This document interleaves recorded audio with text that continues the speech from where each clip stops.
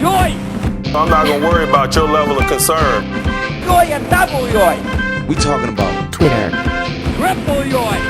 Think of how stupid the average person is, and then realize half of them are stupider than that. Quadruple yoy! We're always trying to get 8 pounds in a 5-pound bag.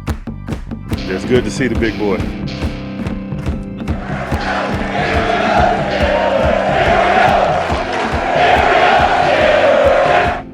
It's the return of What Yinz Talkin Bout. The conversation about the Steelers' social media conversation, exposing all your hot and toxic takes. I'm Kyle Chrise, along with Greg Benevent. Hello. And returning for the second week in a row in the Mario seat from Netflix, Comedy Central, The Roast of Ric Flair, it's Earl Skakel. Feels like I never left. Thank you for coming back for 2 weeks in a row. We are grateful. Listen, I'd like to come back every week if it's like this.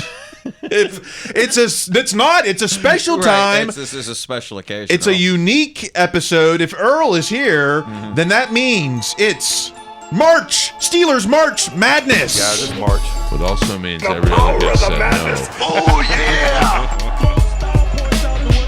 A man needs a little madness. I won't go schizo, will I?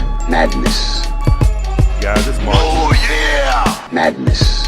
We're always trying to get 8 pounds in a 5-pound bag. This is madness! Oh, yeah! Guys, it's March. I saw what the madness was all about! Oh, yeah! That's right. It's Steelers March Sadness.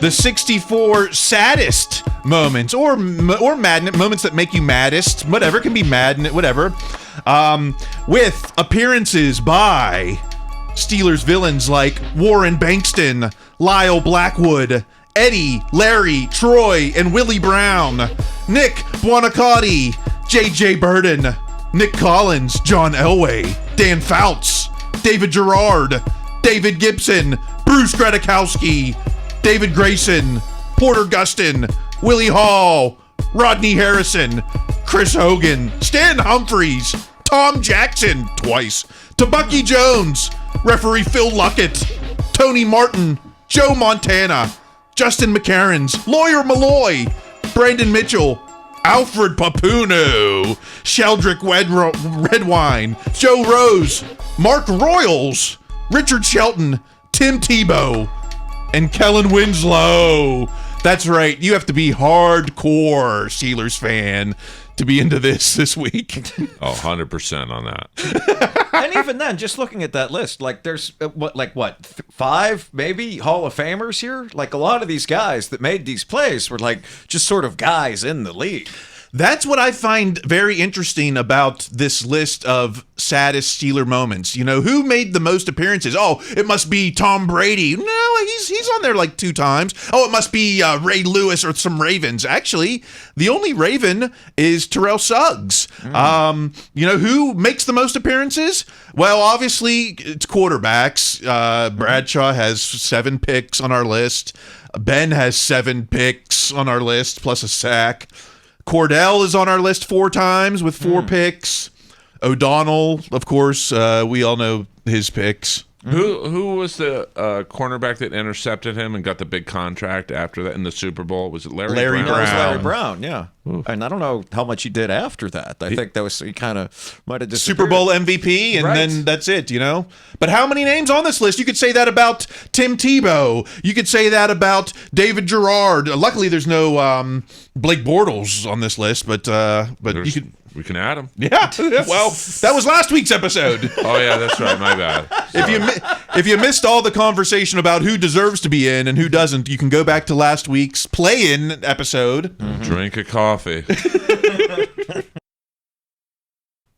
We've got the 64 least greatest moments, divided into the 4, I guess now traditional brackets: the Pierogi Bracket, the Halupki Bracket, the Chip Tam Bracket, and then the Banana Split, invented in Latrobe, Banana Split Bracket.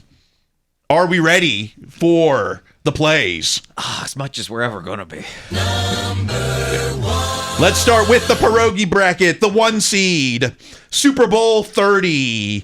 Down 20-17 with 4 minutes left. Neil O'Donnell's second interception to Larry Brown. I think this is an obvious 1 seed, right? Oh, yeah. I mean, this is, what is it? Hastings runs the wrong route or, doesn't know the play. And, Neil throws this interception and it's over. Here's the thing. Okay, he quote unquote runs the wrong route, but why would the quarterback throw to an area where there's no players when sure, maybe if it's a pure timing route, but this is the Super Bowl, down 3. Do we want to blame it on the receiver there, or can we blame it on Neil? Yeah, I find it easier to blame it on the receiver because, you never heard of Andre Hastings again. Neil went on to a fine career with the Jets and later the Bengals. I don't know, I would assume it's a timing thing because, again, they're playing one of the greatest defenses and teams in NFL history. So I imagine you want to get that out there pretty quick. I would absolutely blame the receiver. Okay, all right. Quarterbacks are robots. They are trained to throw the ball where they think the receiver's going to be, not... You want to get in the head of Hastings? Like he clearly either ran the wrong route or didn't run it. I just want to piggyback on what Earl's saying. I mean, and also of all quarterbacks, Neil's not going to be the guy who's like, "Oh, I'm going to figure this out on my own and win with my athleticism." Yeah, I mean, he was absolutely I'm going to throw it at point B at the 2-second mark. And that's how he won. That's what made him a successful quarterback in the league. Okay. There was some, if you look on Wiki, there's some talk that, people thought he may have even thrown the game. I don't remember that at the time. That was a big talk, I think, on the bus to the 7th grade the next day. Yeah, but it. All right. Well, in the 70s, I would go. There might be something to that. I mean, no, but there was a lot of shenanigans in the 70s and the 60s. Guys weren't getting paid as much. And gambling wasn't. Now the league embraces gambling basically with DraftKings and BetMGM. FanDuel. Yeah, I mean, I had a BetMGM guy follow me into the can, like trying to sell me. He literally was next door in the stall going, "Hey, man, sign up right now." I'm like, okay. Jeez. All right, that's our 1 seed playing up against number 16. Missing on Marino in the draft. We decided this was worthy of making it. Then all of a sudden this becomes a tough matchup. Then I don't know, folks. Yeah, you people are going to have to figure this out from your own because either way, it seems like the Steelers lost a championship. So that's that. All of a sudden, this becomes the toughest matchup on the board. Really? I don't know. One happened in a game, and one is a little more conjecture in my eyes. But I mean, I don't want to give away my number one of all time sad moment, but to me, it's absolutely missing out on Marino because the O'Donnell 2 interception game did not harm this franchise for 15 years after. Marino, it's all conjecture. Yeah. But I don't, it might be the worst decision ever in pro sports history to not draft Dan Marino when he was begging to play. And also Neil is going to sign that huge contract with the Jets regardless. They win or lose. The Steelers aren't going to be able to sign him because this is before the salary cap. The Steelers are as cash strapped as the Pirates at the time. It's not crazy. I mean, like I said, this is one people are actually going to have to vote for this one. This is all of a sudden very difficult. Okay, all right. We'll leave it to the listeners. It's a no-brainer. I'm not trying to sway listeners to. I don't tell people how they should vote, but think about the long-term effects. I don't think it can be stated enough. You could almost argue 2 decades. From 84 to 2004. I mean, just think of how many more wins we would have had with Marino instead of a cavalcade of quarterbacks from Woodley to O'Donnell to Brister to Malone. O'Donnell was a 2nd or 3rd round pick out of Maryland. Right? Okay, yeah. Cliff Stout, who was great with the Pittsburgh Maulers. All right, well, let's move down to the bottom of the bracket. We've got the 2 seed. It takes us to the AFC Championship game in 1972. 4th quarter interception. Terry Bradshaw finds Nick Buoniconti. I used to watch Buoniconti on Inside the NFL as a kid. I guess I never realized he played. Again, this was 72 AFC Championship game in Pittsburgh because the league decided who was going to be the home team before the season. That's so weird. I mean, it's this, but I can see this being like the saddest moment if you're there. Like you've just seen the immaculate reception, you think, oh my God, they're finally going to win here in Pittsburgh, and then this happens. Only argument I'll make against this play is there was no standard yet. The standard is the standard. So we had no expectation for Super Bowls. Oh, so this could be same old Steelers. In fact, this was same old Steeler area. Yeah. All right. It's going up against the 15th seed from Super Bowl 45, 4th and 5. It's the game that ended the Super Bowl. The Roethlisberger Super Bowl era. Yeah. Heck, I mean, I've never watched this whole drive, but I've heard people say in the years since that, like, the big problem with this drive is since they were so far back and they had such little time, Ben just kept staring down Wallace. And now that I see this play, I'm like, that's exactly what happens here. He also airmails it a bit on him, too, doesn't he? Mm-hmm. He could have made, it wasn't it wasn't the best throw, it wasn't the worst, it wasn't the, But he kept staring at Wallace. Like, that was because he thought Wallace was going to be able to break one. All right, let's go up to the top of the bracket, back to the 3 seed. We're going to go to the AFC Divisional round, 1977. 2 minutes in the 4th, down 27-21. Bradshaw finds Tom Jackson for the 2nd interception of the quarter. I know Jackson's in the Denver Ring of Honor. Is he in the Hall of Fame, too? I think he is. Like a great, great player. See, that kind of makes this a little bit not so bad that, I mean, it's, great player makes a great play. It's going up against the 14th seed. We're going to go to the AFC Championship game in 01, the first pick of the game. I think what we said last week was just that, it was like over before it started when with that first interception. Oh, this is the one in 05 where Ben throws it right. Right, Ben's rookie year where he throws it right to that guy. Yeah, again, that's a tough go. Do you see the Steelers dynasty being interrupted or Ben's rookie year coming to a rather unceremonious end? I mean, I'll give him a break because he's a rookie. Right. Like you can't. That's why I'm giving Pickett a little. In his rookie year, he's all right. No, I mean, I can't imagine being a rookie in the NFL. Oh, like a quarterback, which is the most. You have to memorize hundreds of plays, and every eye is on you. And what did Elway say? His first game was in Pittsburgh, and he looks out across and sees Jack Lambert drooling. Like, can you imagine? I think I'm going to hand the ball off. Let's go down to the 4th seed. It's Super Bowl 45 with 5:59 left in the 4th. 3rd and 10 on the Green Bay 25. Aaron Rodgers connects with Jennings for 31 yards. This was probably the best time for the defense to step up, but Oh yeah, it's sort of running on fumes. Yeah. Well, it's Aaron Rodgers. It's like hard to it's hard to say.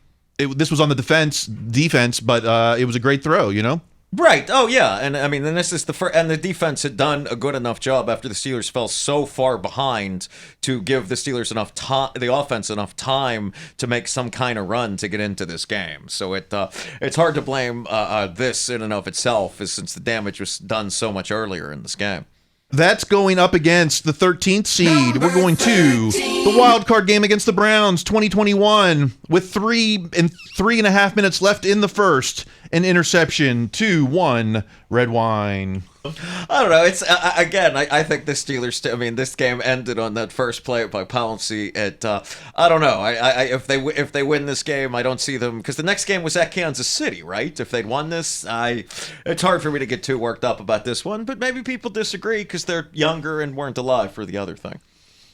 The Pouncey, it's hard to say. The Pouncey was the first snap of the game. Solid snap. But then it was just like every moment after was worse and more. There were 3 interceptions. The same thing as Ben's interception and the Patriots. I mean, obviously different circumstances, but yeah, after that first play, you're like, oh, what? No, this isn't going to go well. Let's head down to the 5th seed, which is the only Ravens moment actually in our tournament. It's the wildcard game, 2015. With 8 minutes left in the 4th, 3rd and 4th. This is the game where they don't have a running back, and they just signed that dude that got cut by the Texans the week before.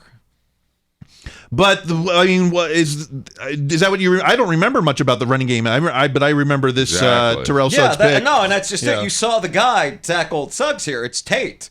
I don't even remember his Ben first Tate. name. Was it Ben Tate? Okay, yeah, because they didn't have a running back in this game. So I don't know. I mean, it's a shame to ever lose a game to the Ravens, much less a playoff game. So I can see people being upset about that. It's taking on the 12th seed from the 2002 AFC Championship game against the Patriots with 3:55 left in the first. Troy Brown returns a punt 55 yards for a touchdown. What was so painful about this was that it was a redo punt. Right, because they'd gotten a decent punt the play before and there'd been a penalty. He stepped out of bounds and was the first person back in bounds to make the tackle. I mean, again, to echo Earl, obviously I don't want to tell you how to vote, but I find this much, much worse. The Steelers were heavy favorites in this game, and this was the first moment where there was a feeling of like this can't really be happening, right? Whereas the other play was kind of more not wounded, but flawed Steeler team than this one. It's always these playoff games, these first quarter moments where they're not ready to play. And a lot of them. All right, let's go to the 6th seed. We got to pick up the pace here. No, seed. man. Let's slow it down. Can I ask you a favor? Of course. If I'm ever given like an hour to live, can we do this podcast? Yeah, we'll. I feel like I've been in this room for about 28 years. I think we're losing them.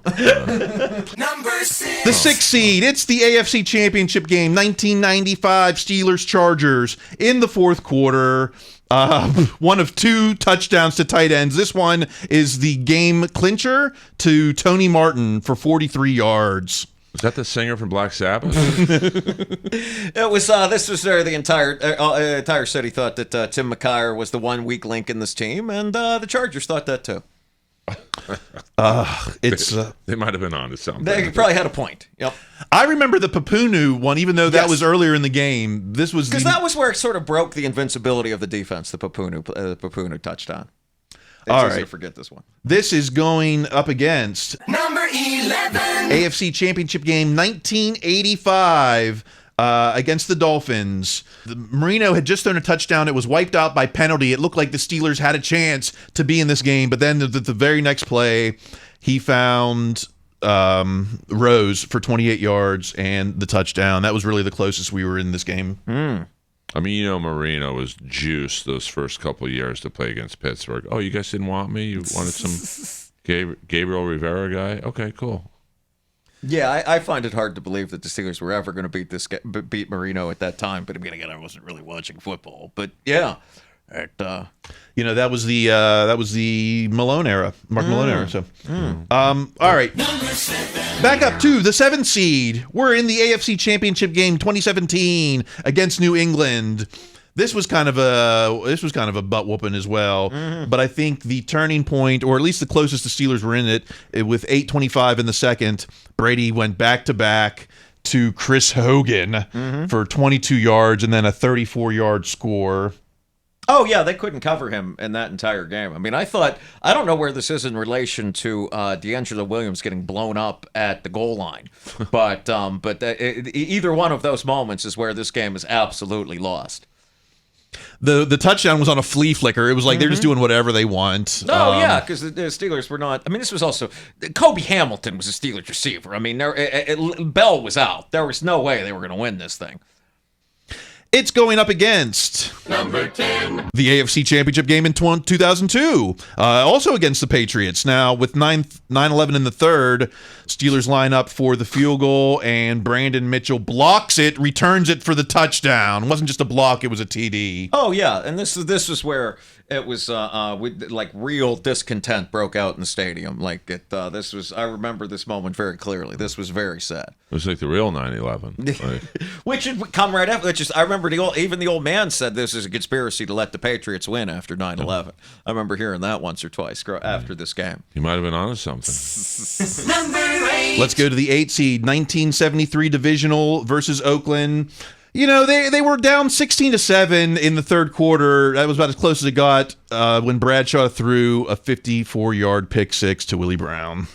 Whoa, that was a heads-up play, too. I've never seen this. It's going against the 9 seed. It's the wild card game against the Jags, 2008. Ben had just thrown his second pick. 2 plays later, Gerard 2, Maurice Jones-Drew for the touchdown. I remember being very upset about this. I was at this game. Remember, there's something especially upsetting about Maurice Jones-Drew scoring because he's like as tall as any of us. He's regular person height, and he was such a good running back. Just, couldn't tackle Tyrone Carter with the missed tackle. But look at those legs. Yeah. Oh, yeah, no, he's in incredible shape, this guy. All right, well, that takes care of the Pierogi Bracket. Holy man. We got 3 more brackets. Am I reading this correctly? We're gonna zip through it, okay? That's what you said an hour ago. If this is zipping through it, man. We've been zipping through the last few. We're going to maintain that same I'm just level of kidding. zip. Now we're in the Halapookie bracket. Halupki. The 1 seed, Super Bowl 45. Mendenhall Super Bowl fumble. It's hard to argue against that. That is a deserving 1 seed. 100%. It's very close. It's going up against the 16 seed. There's AB getting benched. 2018. Both real sad moments. That's a debate for you, the viewers at home. It is, it's almost like the Marino thing is like, think of the long-term ramifications of, at the time it was almost funny. Oh, this guy's losing his mind before our eyes. And then what they had to do to make up for his loss, trading for guys, it's something to be debated. Voters vote often. Right. It used to be Steelers are great at getting wideouts, but since AB, Deontay's gotten his contracts, and maybe a Pro Bowl, and everyone says Pickens is that dude, but he was with Mason. Let's go to the bottom of the bracket, the 2 seed. We're in the 1990 divisional game against Denver, which Steelers had the lead until they gave up the 4th quarter comeback to John Elway. I've literally never heard of this. Denver was trailing 23-17 with 7 minutes left in the game, and Elway put together a 9-play, 71-yard comeback drive. Elway drive. Yeah, it's tough. just like you think of defensive moments where we've just given up, or not given up, but I think of the Colts last year where they just ran it down our throats. So this is one of those moments where if you just got to hold Elway one time to move on into the AFC Championship game, yeah. And they had just beaten. Remember, this was the Bubby team that had just beaten the Oilers in the overtime the week before. Oh, that's tough. That is a sad moment, people that were alive. Because that was such an underdog team, too. Oh, yeah, absolutely. That seemed like such a Cinderella story. We're doing this, Bubby did have some moment. Really every Cliff Stout had a few good games. A couple, but the era that you had to be like a first 10 pick quarterback to be good is a newer phenomenon. Yes. We certainly rode with the last decade or so. Yeah, decade and a half. Even Woodley, he never really gets talked about in Steeler lore, but he wasn't awful. It wasn't great either. No, well, to be honest with you. It makes these last couple years of offense. It's like, how did if we could do it with Terry Gilliam, how come we can't do it with Kenny Pickett? Matt Canada, that's another podcast, but holy, you've got all these great weapons, and you're doing dink and dunk plays. All right. Well, the Denver 4th quarter comeback is going up against another 4th quarter comeback. This one from Bruce Grodkowski. We talked about that last week in the play-in. It wasn't in a playoff moment, but it kept them from making the playoffs. Right, and it was a clear sign that this team's not going to the playoffs, that they're giving up a touchdown to Bruce Grodkowski and the Raiders at home. Number 3. Let's go to the 3rd seed of this bracket. We are in Super Bowl 30. It's Neil O'Donnell's first interception. It's in the 3rd quarter, down 13-7 with 7:42 left in the game. This one doesn't ring as true as the 4th quarter one, but this was actually close. It's it was still a close game because in the 4th quarter we had to do the onside kick and we had to make it. It felt like a much harder comeback, but at this point in the game, they were still. It was still anyone's game. Oh, and the defense had done such a tremendous job to keep that all-time great offense to only 13 points. And Emmitt Smith held him to nothing, you know? Right, and he got all those touchdowns and short runs from the goal line. Number 14. It's going up against this 14 seed, which we decided would be Joey Porter's dropped interception in the AFC Championship game. I mean, as someone that personally put that in there, I can see voting for the Super Bowl 30 thing. So I can see where people are coming from if they disagree on that. I can see them doing that. Only because it was like it didn't hit him in the chest. His hands were extended. It could, you know. But heck, you know, I mean, it's what does Tomlin say? Doing the common things commonly. Making the routine plays routinely. And also just Charlie Batch's idea about if it hits you in the hands, catch it. Yeah, if you're a professional athlete, yeah. Number 4. All right, let's go to the 4 seed. It's the 2008 Wildcard game against the Jags with 1:56 left in the fourth. This drove me nuts at the time, being at this game, this exact play. This was the one This where might the be- league sent them that apology letter because they don't get the holding on this when Garrard runs like across all of Western Pennsylvania. Is there a holder? This could be a contender for one of the saddest all time. This should have been a win. This is up there, yeah. Because Ben throws all those picks, and then they have this big comeback, and that's after giving up that long punt and the Maurice Jones-Drew play we saw. Again, next week they would have gotten absolutely obliterated by that Patriots team, but this one drove me nuts at the time. Number 13. It's taking on the 13 seed, our most recent wild card loss. Just this past January, Mason's end zone interception to Khair Elam. I mean, I put this moment in only because it was a playoff moment in the end, an end zone pick in the playoffs. And it's also the one moment where you're like, wow, they really aren't coming back in this game. Like, as soon as that happened, you're like, ooh, even if Mason gets hot, and he kind of did there in the third, this is not going to work out. And that was the real moment. Either that or the Pickens fumble was where you're like, man, this game is not going to happen after all. Up until that, it was like we can still win this, and then it was like that moving pick. the ball, yeah. Yeah. It's like, nope. Number 5. Let's go to the 5 seed. It's the 94 wild card in Kansas City. This is the game that went to overtime. With Montana, yeah. Woodson with the big interceptions, the special teams plays. Yep. Yeah, Montana was facing 3rd and 6 in OT, and he connected. Do we have the play? I hope so. You know, this was one of the worst. This was one of the worst collapses. You know, they gave well, up I mean, again, it doesn't feel so bad because again, it's Joe Montana in Arrowhead Stadium, but with all the time in the world. You know, well, that's just it. I mean, this was a Steelers team that I think they were kind of struggling in midseason, and they got hot on the way in. This is Cowher's second year, and I think just Montana and the Chiefs were just a better team. And, it's taking on the 12 seed. This is only a 12 seed. The 2021 wild card versus the Browns. It's Marquise's Pouncey's bad snap that led to the 7-0 deficit against the Browns. I mean, it's interesting. I could see putting these two plays against each other because these are both two Steelers teams that I'm like, I'm not sure how good they really were. Like, if they'd won these games, where were they headed exactly?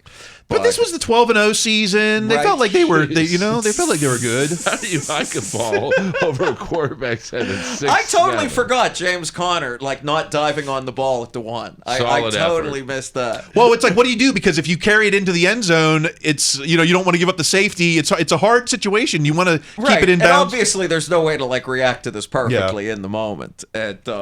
Man, That's funny. that could advance. I don't That know. very well could be. Since that's more recent and we watch something that that a one lot again? of these more people Yeah. know. I mean, and, I could see that certainly moving on. Yeah, I Let's- your studio engineer. He'd like to watch it again. Yeah, he's a Browns fan.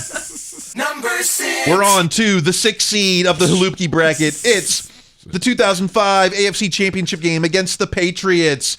In the second quarter, we've got a Rodney Harrison pick 6.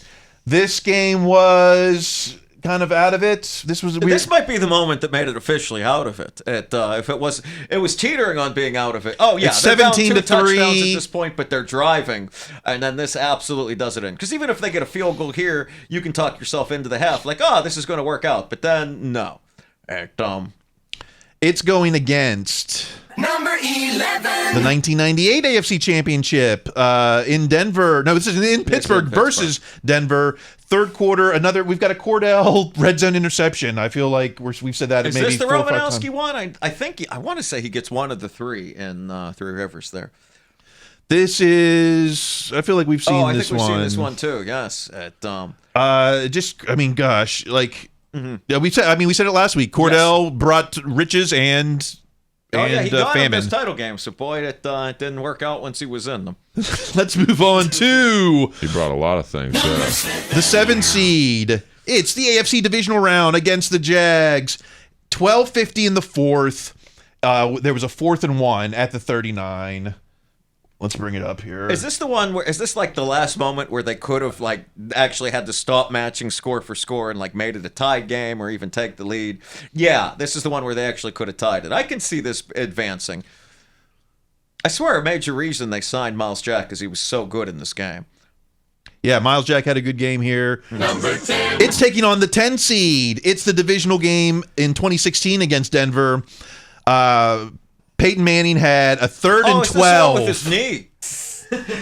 No, but this is the play where it's like it really does because this is around the time of the Toussaint fumble and the Steelers were so good at keeping this very good team under wraps for this game like up until the fourth quarter. Number 8. Let's go to the 8th seed, the final game in this bracket. We've got Do you have any preseason clips of Grossman catching a ball? last year we did a Grossman touchdown in the Super Bowl. We had that. 8th seed. It's the AFC Championship game, 1985 versus Miami. In the second quarter, Steelers were only trailing 17-14.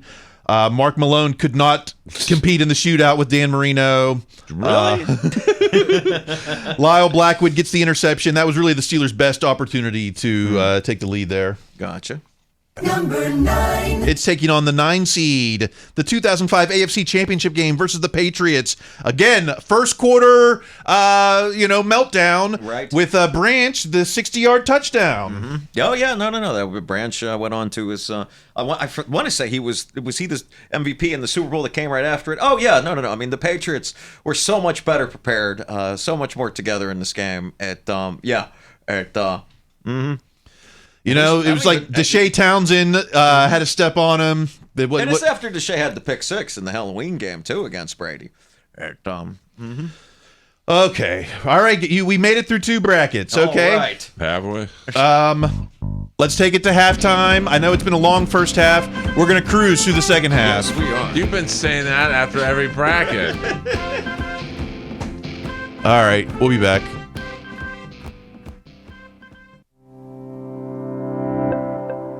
At Levin Furniture, we believe that Kenny deserves one last chance at quarterback. That's why we've launched our Last Chance sales event. One last chance to get the deal of a lifetime. 65% off doorbusters, a triple sales tax discount, and no interest for 72 months or whenever Kenny gets benched. And the first 50 customers will have a shot at our giveaway. Match the key with the unlock car door, and you could drive away with Kenny's car. It's our last chance sales event only at Levin's. Wow. We'll will blow power through these. this, yes. Yeah, I'll believe it when I say it. Shit, hand bracket just sounds long. It's the second half of Steelers March Sadness. The 64 saddest plays in Steelers history. We've made it through 2 brackets. We've got 2 to go. We're getting through it. Yes, we are. Let's start with the 1 seed, 1995 AFC Championship game against the Chargers.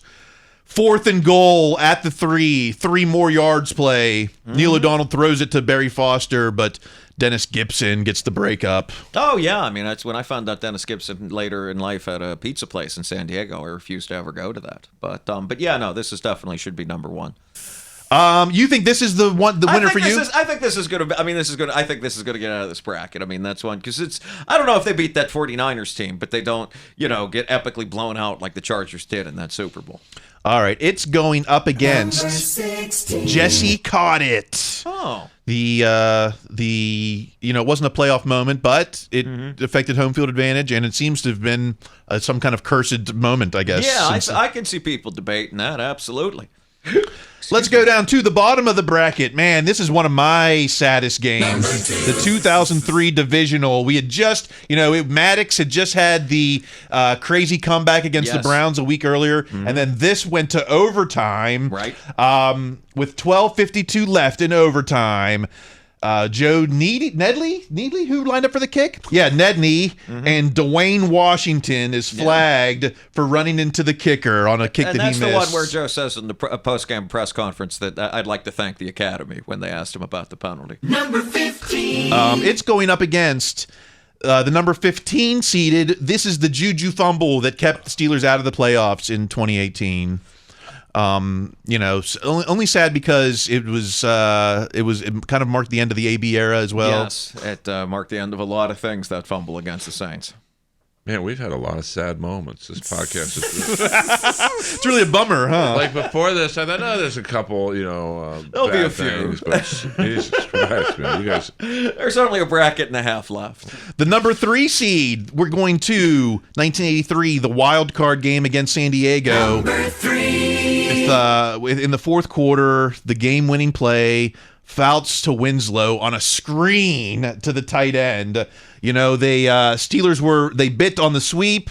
San Diego went with a screen. Man, it's just like a bummer of a play on a game. Man, just a crappy way to lose a playoff game. It's a well-called play. I mean, that's a smart play. I mean, again, 2 Hall of Famers doing it. I sort of see where they're coming from here. I don't know, there's a whole lot of shame in this, certainly. I can see it being a bummer. I mean, that's Eric Coryell, maybe the greatest offensive mind ever.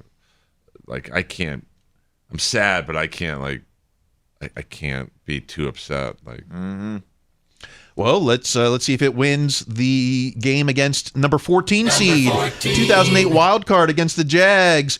This is Ben's third pick.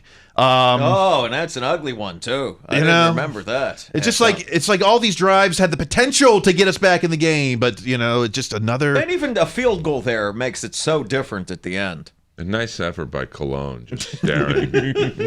I mean, you go to the number 23 school of effort. A lot of 23s popping up on these. I was going to say, numbers are some 20s. Look at Cologne. Let's make this longer. Go back to that tape and look at Cologne just staring. Number 4. Let's go to the 4 seed. It's the 2016 divisional round against Denver with 10 minutes left in the fourth. This was a game Steelers kind of controlled the whole game, even though they were this moment. Even though they were only up 13-12, they were in control the whole time. And then Tucson even made the first almost. He just got hit at the, That's just... Right. Oh, yeah. No, and this is where this game turns, and the Broncos move on to it. This is their Super Bowl year, right? Poor this is Super Bowl guy. 50. This was also, I think, the last you heard of Fitzgerald Toussaint, too. Look at him.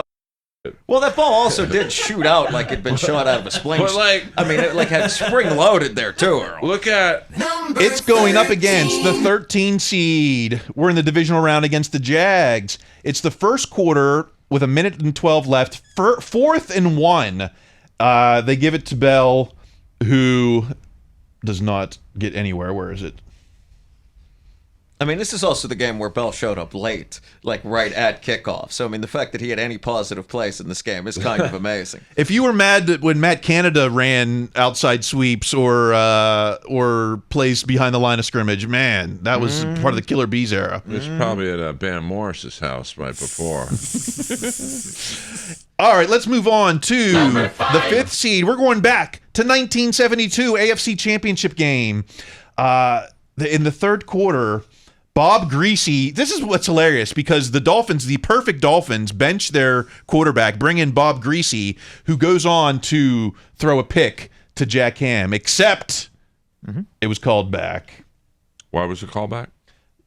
Dwight White was offsides. Oh, that's right. Very nimble Dwight White. If this isn't called back, then Steelers maybe cruise to a lead and beat the perfect Dolphins. Right, this is a real changes NFL history kind of play. I had no idea this happened. Yeah, you have to be a hardcore fan. It's going up against 1993 divisional round to Buffalo. One of two Mark Royals appearance. In this game, Mark Royals is the holder for Gary Anderson and fumbles the snap. If I remember correctly, the Steelers get annihilated in this game. Like, I want to say was it 23-0? They were trailing 14-3 at this point, Okay, and so they were going to did make it get a 14-6. touchdown. Okay, so they did get a field goal. Okay, so and they this is weren't shut out. before the era of 2-point conversion, so it was still going to be a 2-score game. Oh, yeah, and the Bills were superior, and this is Cowher's first playoff game. Yes. Let's go to the next matchup. We've got the 6th seed AFC Championship in Oakland. It's the third quarter. Oakland is facing a 4th and 1. Could have sparked a Pittsburgh comeback because they were down 17-7, but Ken Stabler dialed up a play-action pass to Warren Bankston for the first down. Raiders were going to take a 24-7 lead. These are some deep cuts. This really is. Well, the generation of this era is gone, or not gone, but certainly not listening to podcasts. Right. I know. It's going up against Get that guy into comedy. Number 11. 93 Okay. Divisional versus Buffalo. Richard Shelton drops the interception. I mean, again, it's hard for me to get too worked up about this game because they were so wildly overmatched. I mean, maybe things are different here, but they were only trailing 7-3 at halftime. They were still in this game. If he makes that pick, right. and maybe he goes all the way. Instead, Buffalo makes it 14-3. So right. Oh yeah, no. Maybe it's different. Maybe in Cowher's first game, but they were. This game does not end up close. Watch the ball. I mean, that's easier than the Joey Porter. Yes. And also he's a corner. Yeah. So there's a lot more expectation to catch. Let's go on to the next matchup. We've got the 7 seed. Oh, Mark Royals is back. It's the 94 wildcard game against Kansas City. This time, Mark Royals is the punter, and he gets blocked. I feel like this is where this game turns around for the Chiefs, too, if I remember correctly. This is where this enables Montana to do magical things. Well, yeah, Pittsburgh was winning at this point. They're up 24-7, and 5 minutes left. Get this off. The defense just has to hold the entire field. Now, who's to say it's still Montana? But, oh, yeah. this. And I have no idea who he was throwing to at this point, but yeah.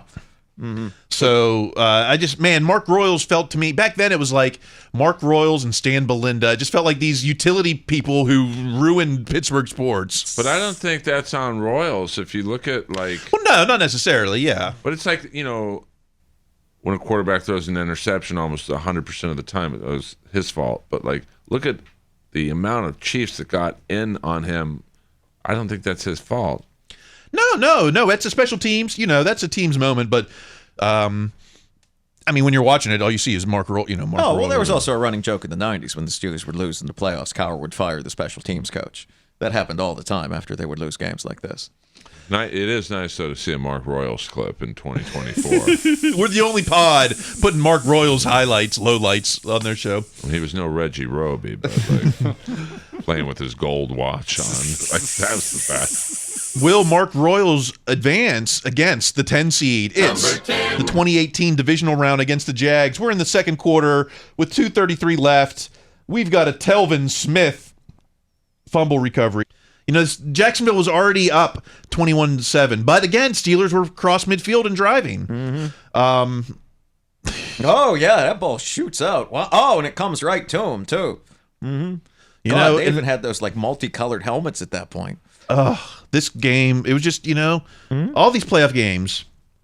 That's pretty bad. Can you blame these on Tomlin? Look at all these highlights. Which one of these can you blame on Tomlin? All these playoff losses. All of them. That's going up against. Well, no, that's going up against the Mark Royals. Okay, let's move on to the final matchup in this bracket. We've got the 8 seed, the 97 divisional game against New England. This is the Fog Bowl. This was not even a game. I don't know if anything qualifies. I thought they were never in this game. That Woodson couldn't cover Terry Glenn and Joey Galloway, and that was it. I just didn't want to ignore, a big playoff game. It had to be something in our moments. I thought. So I put the, giving up a 80-yard touchdown to Curtis Martin. I mean, I remember watching this on TV. You could hardly see it. Right. And this is before the era of HD too. So it's even now it looks weirdly murky. Yeah. And I downloaded this from Twitter, so it's. Yeah, but it was strange then. I remember watching it then, and it was very weird.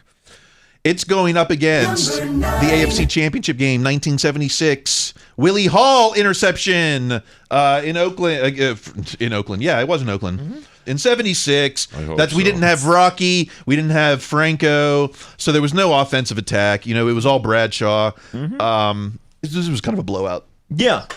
And the Fog Bowl was as well. I mean, it certainly got to it. Pardon me. We've made it to the final bracket. Let's do this. Can we do it in 10 minutes? Yes. I'm sad. I think we can. I believe in us. The 1 seed. Now, this was the only injury I put on. I put the Shazier injury as a 1 seed just because you saw it happen in the moment, and it ended a guy's career. And the team never recovered and never found his replacement. No, I have this as the single worst, saddest on-field Steelers moment. I find this hard to get beaten. Maybe you, the people at home, will disagree, but I got this as number 1. Yeah. I mean, I was pissed he missed the tackle. he gets the tackle. He gets the guy. He gets the stat. Yeah. He just tackles him literally with the top of his helmet. How tough is that? You get the stat on the tackle that ends your career. Yeah. It's going up against the 16 seed. It's the Lima Swede Drop. This is more of a. That's a tough one. Let's go to the bottom of the bracket now. Okay. Man, this might be, if it was up to me alone, this might be my number 1 wins it all. It's the Wildcard game in 2012, overtime. Tim Tebow to Demaryius Thomas to end the Steelers season. I mean, this was the team the year after they'd gone to the Super Bowl, right? That team was very much in decline. I mean, it's a terribly sad moment when it happens, but I don't know. I mean, it deserves to be the 2 seed, but and it should definitely go up against the Shazier thing probably, but I don't know if I'd have it winning this bracket. Okay. I just hate losing to players that are maybe not less great. than, like the, look, reading that list that we read in the beginning, yes. Tim Tebow and Alfred Papunu and, J.J. Burden and Bruce Grodkowski. Dennis it's Gibson. Just all these players that we've made their career. That are not Tom Brady, that are not John Elway. There should be a podcast just talking to players who had their career highlight against Steelers. Let's get through this one before you start another podcast. All right. Okay. But I will say, out of the hundreds of memories we all have in terms of highs and lows, this is a top 5 for me. I just remember when I think Polamalu was like the last guy to try and tackle the guy. I was like, oh my God, we're losing. Oh yeah, Tim Tebow. Yeah, we're losing this in real time. Yeah, to Tim Tebow. It was just like, it's a top 5 sad moment for me. It's going up against the Thanksgiving coin flip from 98, so I think that will. I think that's an easy heavy favorite. But maybe you, the viewers at home, have different feelings. Let's go to the 3 seed, back up to the top of the bracket. It's the 2002 AFC Championship game against the Patriots with 2:11 left in the game. Cordell Stewart returns to the chats.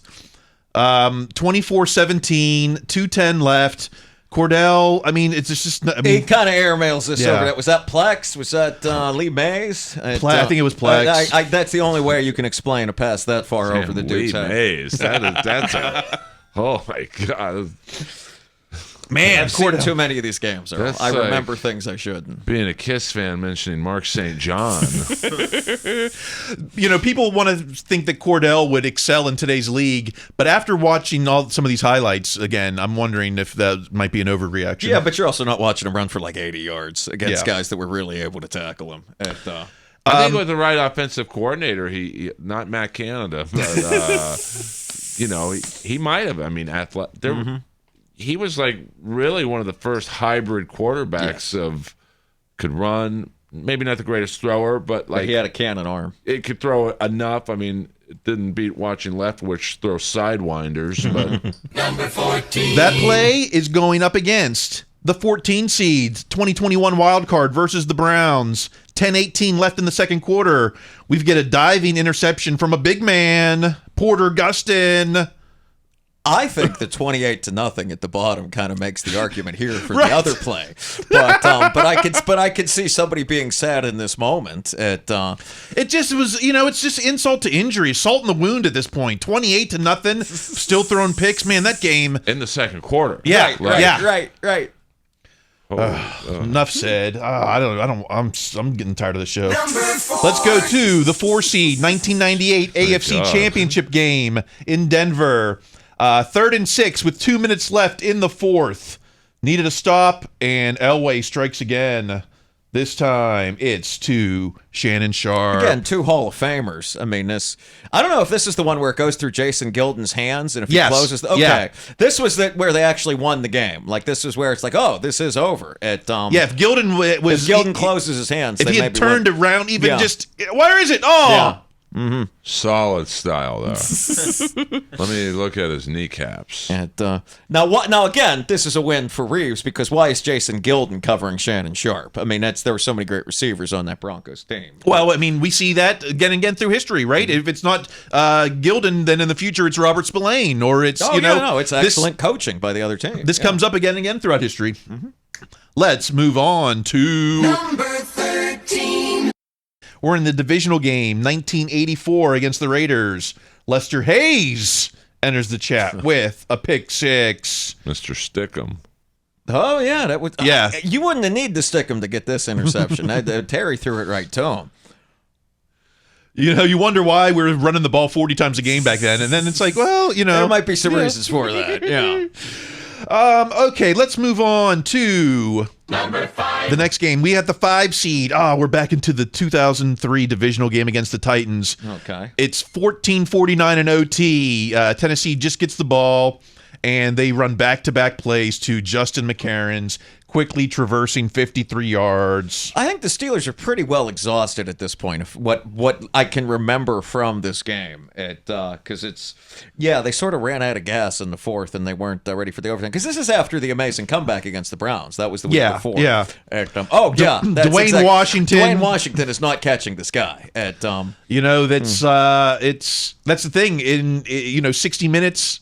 This proves it. It's like you can't take a play off. You take one play off, and this is the play that happens. Mm-hmm. Not that Dwayne Washington took the play off. Also, it's not like he wasn't playing off of this guy enough. I mean, it's he's only 8 yards off him and still can't get there.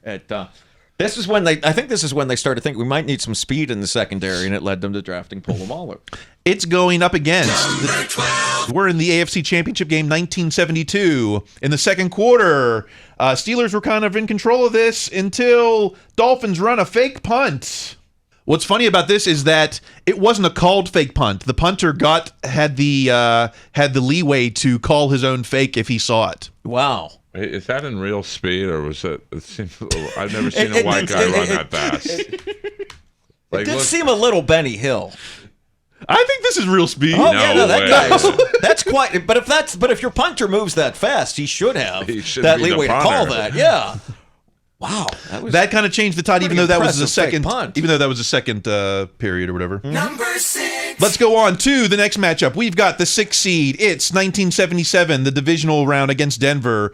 This is the first touchdown, the first interception that Bradshaw throws to Tom Jackson. They were only down 24-21 at this point.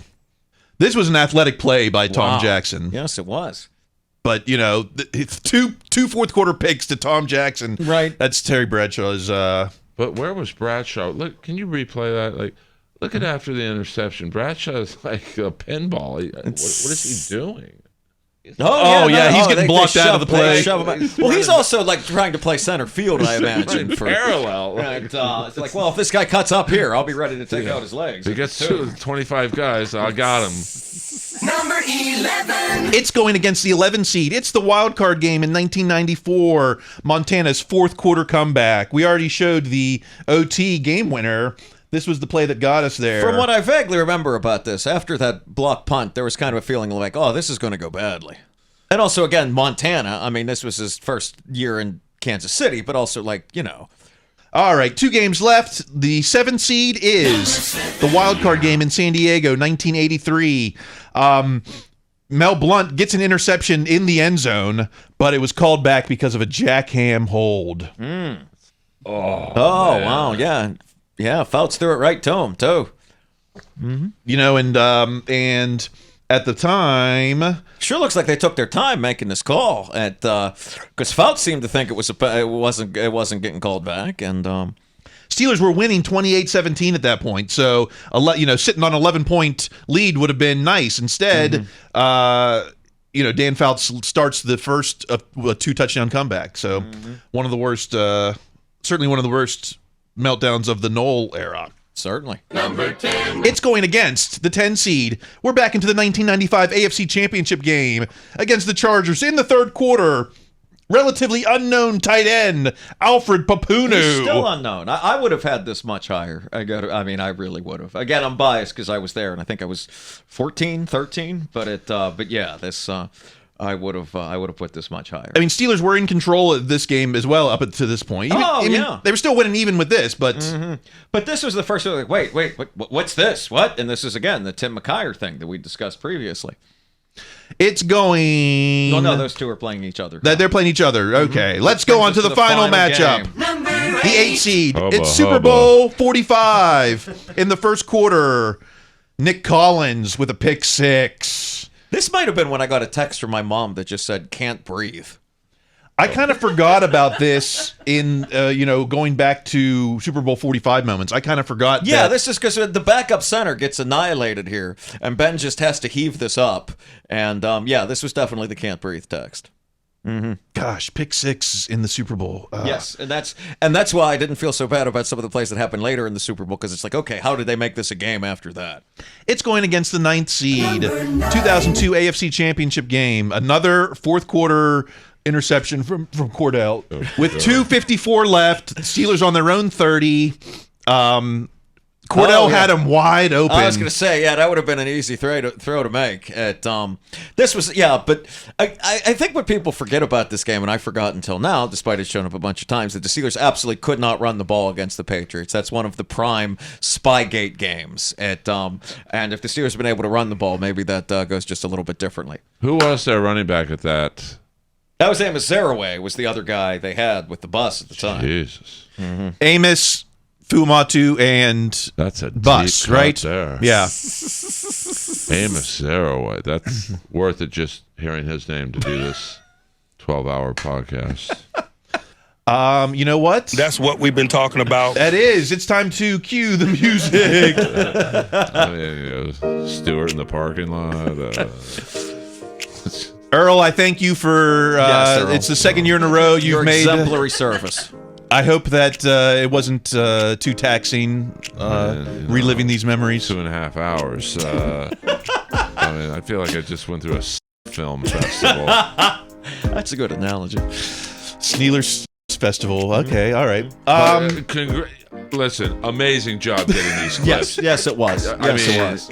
I would have just said, "Hey guys, let's just talk about these plays." Maybe someone. Earl, where can we find you on? Do you want to plug a podcast or your online, whatever? It's really easy to find me. I'm just at Earl Skakel everywhere, and I'm at the Comedy Store a couple times a week. So if you're in LA or you're coming here, I'll take care of you. Greg, how about yourself? Unfortunately, at Greg Benevent, B as in boy, E-N-E, V as in Victor, E-N-T. And I'm on TikTok. That's it. I'm not, you can message me on those other places, but creep. I'm Kyle Chrise. Yeah. Now it's up to you to vote and decide who advances, and we'll finally pick a number one saddest moment when it's all said and done. Mm-hmm. All right. Until next week, keep listening to your coach. Be their best selves. That's going to be required. Stay in school.